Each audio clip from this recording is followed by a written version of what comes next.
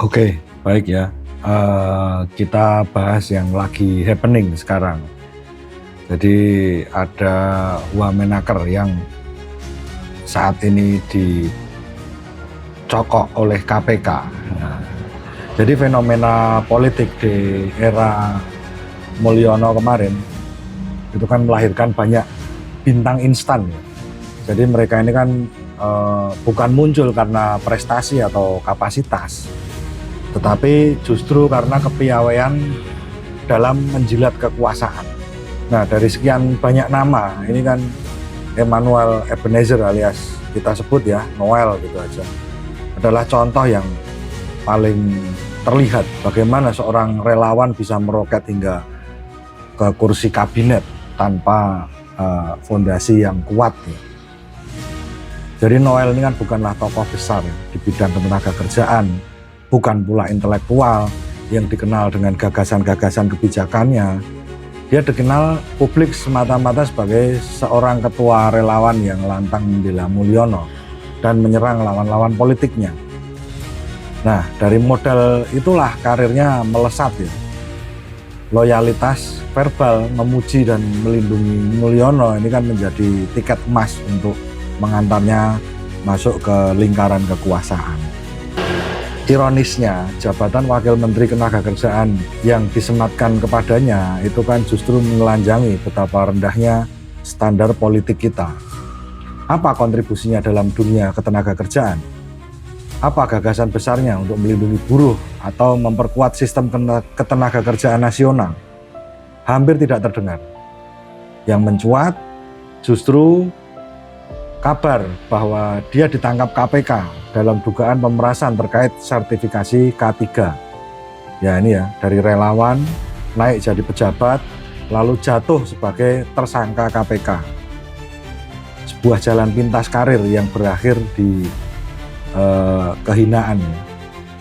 Jadi fenomena ini kan tidak berdiri sendiri, ada nama-nama lain juga seperti Sylvester yang sering muncul kemarin kan sebagai pembela sejatinya Mulyono, tampil membela mati-matian meski rekam jejak kapasitasnya kan tipis.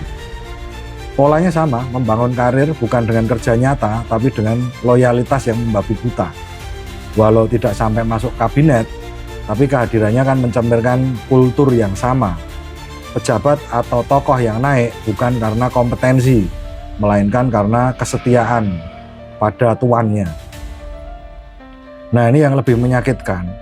Semua itu kan terjadi di tengah jargon revolusi mental yang dulu digembor-gemborkan. Bukannya melahirkan generasi pemimpin yang berintegritas, revolusi mental justru menghadirkan model pendukung yang mentalnya transaksional, siap menjilat demi posisi, siap menyerang lawan politik tanpa nalar, dan siap memelintir fakta demi mempertahankan citra penguasa. Nah, jika ini hasil dari revolusi mental, maka yang terjadi bukanlah pencerahan, melainkan pembusukan mental kolektif. Masalah besar dari semua ini adalah dampaknya terhadap negara.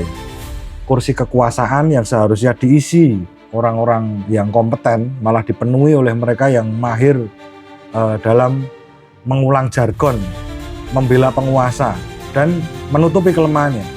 Akibatnya ya jelas, kebijakannya tumpul, birokrasinya lumpuh, dan korupsinya makin merajalela. Inilah warisan paling busuk dari era Mulyono. Dia membuka pintu selebar-lebarnya bagi para penjilat untuk naik kelas tanpa kapasitas. Yang muncul bukan negarawan, tetapi relawan oportunis yang hanya bermodal memuja penguasa.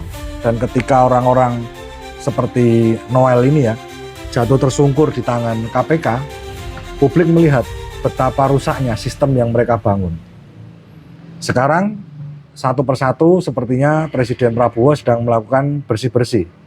Jadi bagi para termul, jangan kaget ya, sebab yang selama ini merasa kebal hukum karena berlindung di balik-balik bayang Mulyono, cepat atau lambat akan terseret juga.